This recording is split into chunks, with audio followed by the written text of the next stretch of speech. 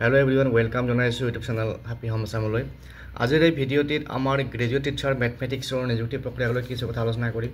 ইতিমধ্যে আপোনালোকে জানে যে জিটি মেথমেটিক্সৰ 29টা ভেকেন্সি গভৰ্ণমেণ্ট স্কুলবিলাকৰ কাৰণে এডভাৰটাইজ হৈছিল আৰু 1737টা ভেকেন্সি এডভাৰটাইজ হৈছিল আমাৰ যিবিলাক প্ৰভিন্সিয়েলাইজ ছেকেণ্ডেৰী স্কুল আছে তাৰে কাৰণে। আৰু ইতিমধ্যে আমাৰ ফাৰ্ষ্ট কাট অফ লিষ্ট আৰু ছেকেণ্ড কাট অফ লিষ্ট ওলাই গৈছে জিটি মেথমেটিক্সৰো। কিন্তু যোৱাকালি মই এটা ভিডিঅ' পাইছিলোঁ য'ত একাংশ কেণ্ডিডেটে অভিযোগ দিছিল সংবাদ মাধ্যমৰ আগত যে যিখিনি আমাৰ জিটি মেথমেটিক্সৰ চিলেকশ্যন এতিয়ালৈকে হ'ল বা যিসকলৰ নাম আহিল তাৰে মাজত হেনো বহুতো এনেকুৱা প্ৰাৰ্থী আছে উপযুক্ত প্ৰাৰ্থী যিসকলে সেই লিষ্টসমূহত তেওঁলোকৰ নাম সোমোৱা নাই আৰু এনেকুৱা বহুতো প্ৰাৰ্থী আছে যিসকলৰ নাম সোমাব নালাগিছিল কিন্তু সোমাইছে। তো তেখেতৰ বা তেওঁলোকৰ অভিযোগনো কি আছিল সেইখিনি আমি চাম। গতিকে আশা কৰিছোঁ ভিডিঅ'টো শেষলৈকে চাব আৰু চেনেলটো নতুনকৈ অহাসকলে ছাবস্ক্ৰাইব কৰি ল'ব। তো আহক এতিয়া একাংশ প্ৰাৰ্থীৰ কিনো অভিযোগ আছিল সেইখিনি চাওঁ। ল'ৰাজন সায়েন্স গ্ৰেজুৱেট হ'ব লাগিব, মানে ডিগ্ৰীটো সায়েন্সৰ হ'বই লাগিব আৰু মেথছত অনাৰ্ছ থাকিবই লাগিব। বিএছচি লেভেলত মেথছটো অনাৰ্ছ ছাবজেক্ট হিচাপে পঢ়িবই লাগিব। মাষ্ট অৰটোত আছিলে যে post graduation in mathematics from a recognised university with honours or major. That means honours আৰু মেজৰ থাকে কেৱল গ্ৰেজুৱেশ্যন লেভেলত। তাৰ কাৰণে 15 নম্বৰ এডভাৰটাইজত গাইডলাইনত লিখা আছে যে কম্পালচৰি মেথছত অনাৰ্ছ থাকিবই লাগিব।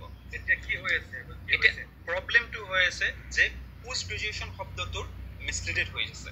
যে পোষ্ট গ্ৰেজুৱেশ্যনত একাংশ ল'ৰা ছোৱালীয়ে ইগনু বা আইডলৰ পৰা প্ৰাইভেট ইউনিভাৰ্চিটিৰ পৰা গৈ পেলাই যাৰ পাছ কোৰ্চ আছিলে কিন্তু সেইসকলৰ মেজৰ নাছিলে বা অনাৰ্ছ নাছিলে, পোষ্ট গ্ৰেজুৱেশ্যন ইন মেথামেটিক্সে আছিলে।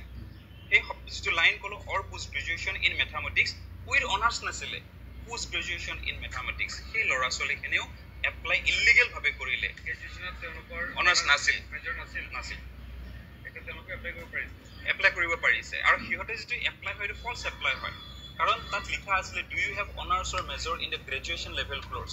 তেওঁলোকে সেই শব্দটো ন' বুলি দিলে, দে আৰ নট এলিজিবল।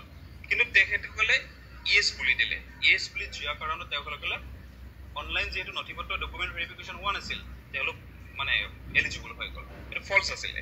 এডুকেশ্যন মিনিষ্টাৰে কি কৰিছে? ছাৰক যেতিয়া সুধিছিলোঁ গোটেইখিনি কথা কৈছিলোঁ, ছাৰে কৈছিলে যে পোষ্ট গ্ৰেজুৱেশ্যন আছে নহয় শব্দটো, হয়তো তেখেতে খুব কম সময়ৰ কাৰণে মানে পঢ়িছিলে, তেখেতকৈ হয়তো গম পোৱা নাই কথাটো যে পোষ্ট গ্ৰেজুৱেশ্যন আছে নহয় তেওঁলোকে এপ্লাই কৰিব, মানে তেওঁলোকৰ চাগে হ'ব এনেকুৱা টাইপৰ কথা। এতিয়াতো সেনেকুৱাই লাগিছে। এতিয়াতো যদি পোষ্ট গ্ৰেজুৱেশ্যন ইন দ্য মেথামেটিক্সত ল'ৰা ছোৱালীবিলাকে পায়, ষ্টেটিষ্টিক্স ইকনমিক্সে পায়, ত' completely against of the advertisement হ'ব। এনেকুৱা যদি হয় আপোনালোকক কিদৰে হেম্পাৰ কৰিব? আমি ধৰি লওক আমিবিলাকে নাপাম, তেতিয়াহ'লে আমি দ্বিতীয়খন তালিকাৰ কাৰণে ৰৈ আছিলোঁ, আমিবিলাক লিগেল কেণ্ডিডেট আছিলোঁ, হয়তো আমি কাট অফতকৈ 2-1 মাৰ্কছ কমি থাকিলে। মই যেনেকৈ আগতে কৈছিলোঁ 45 মানলৈকে লিগেল কাট অফটো আহিব লাগিছিল ফাৰ্ষ্ট অৱস্থাতে। যদি 200-250 এনেকুৱা ল'ৰা ছোৱালী সোমাইছে আপোনালোকে নিশ্চয় ভাবক। তাত আৰু এটা ডাঙৰ কথা হৈছে যে OBC আৰু জেনেৰেলৰ কাট অফটো ইন জেনেৰেলি 5 থাকে ডিফাৰেঞ্চ, 30 গেপছত আহি গৈছে। ডেটছ মিনছ বহুত ইলিগেল ল'ৰা ছোৱালী সোমাই গ'ল। ইলিগেল ল'ৰা ছোৱালী একাংশ হৈ আছে, সেই ল'ৰা ছোৱালীখিনি এতিয়া কনচিডাৰ কৰিব বুলি কোৱাৰ নিচিনা হৈছে কথাখিনি। তেখেতসকলেতো EM ছাৰৰ ওচৰলৈ গৈ আছে, তো এইকাৰণে ছাৰক আমি ষ্টেজত আছে গোটেই প্ৰস্তুতি দ্বিতীয় বা তৃতীয় তালিকাখন মানে প্ৰকাশ কৰিবই। তেখেতসকলে কৈছে বা এইটো ধন্যবাদ জনাব লাগিব যে 100% পোষ্টে ৰিক্ৰুইটমেণ্ট কৰিব বুলি কৈছেতো, যে আমি ধন্যবাদ। কিন্তু কথাটো হ'ল যদি সেইখিনি ল'ৰা ছোৱালী পাই যায়, দ্বিতীয় তৃতীয়খন তালিকা দি পেলাই আকৌ যদি লিগেল ল'ৰা ছোৱালীখিনি নাপাব নহয়, তেনেকুৱা আছে নেকি যিবিলাক আৰ্টছ বেকগ্ৰাউণ্ড আছে যথেষ্ট আছে। আৰ্টছৰ ল'ৰা ছোৱালীটো আপোনাৰ সিহঁতেও একচেপ্ট হৈছে, একাংশ ল'ৰা ছোৱালীয়ে EM ছাৰে নিশ্চয় পাইছে। একচেপ্টটো বুলি ক'ব নাযাওঁ, কিন্তু এপ্লাই কৰি দিছে। এতিয়া ধৰি লওক তেওঁলোকক আমি শুনা পতা মতে তেওঁলোককো একচেপ্ট কৰিব, এতিয়া মেথছে পঢ়াব। কথাটো হ'ল তেওঁলোকে ছায়েন্স বেকগ্ৰাউণ্ডতো নহয়, মানে এজ পাৰ এডভাৰটাইজমেণ্ট মতে they are not eligible for this post.